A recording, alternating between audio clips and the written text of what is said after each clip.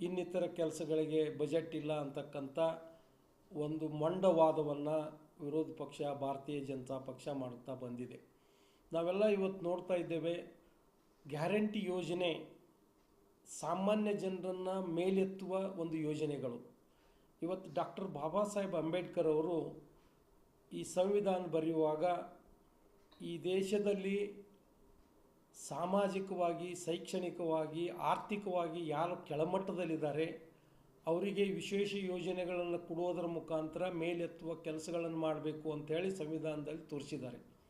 ಅದನ್ನು ಆಧಾರವಾಗಿ ಇಟ್ಕೊಂಡೇ ಇವತ್ತು ಯಾರು ಬಡವರಾಗಿದ್ದಾರೆ, ಯಾರು ತಮ್ಮ ಮಕ್ಕಳಿಗೆ ಒಳ್ಳೆಯ ಶಿಕ್ಷಣ ಕೊಡೋದಕ್ಕೆ ಅಸಹಾಯಕರಾಗಿದ್ದಾರೆ, ಯಾರು ಆರ್ಥಿಕವಾಗಿ ಹಿಂದುಳಿದಿದ್ದಾರೆ ಅಂಥವರಿಗೆ ಅನೇಕ ಯೋಜನೆಗಳನ್ನು ನಮ್ಮ ಸರ್ಕಾರ ಈಗಾಗಲೇ ಕೊಡ್ತಾ ಬಂದಿದೆ. ಅದಕ್ಕೆ ಹಣ ವ್ಯಯಿಸೋದರಿಂದ ಅದು ಒಂದು ಮಟ್ಟಿಗೆ ಆರ್ಥಿಕವಾಗಿ ರಾಜ್ಯದಲ್ಲಿ ಸುಧಾರಣೆ ಕಾಣ್ತಾ ಇದ್ದೀವಿ. ಯಾಕಂದರೆ ನಾವು ಮಹಿಳೆಯರಿಗೆ ಪ್ರತಿ ತಿಂಗಳ 2,000 ರೂಪಾಯಿ ಕೊಡೋದ್ರಿಂದ ಅವರು ಗುಣಮಟ್ಟದ ವಸ್ತುಗಳನ್ನು ಖರೀದಿ ಮಾಡ್ತಾರೆ. ಆ ದುಡ್ಡು ಮತ್ತೆ ಮಾರುಕಟ್ಟೆಯಲ್ಲಿ ಜಮಾ ಆಗ್ತದೆ. ಇದರಿಂದ ಮತ್ತೆ GST ಹೆಚ್ಚಾಗ್ತದೆ.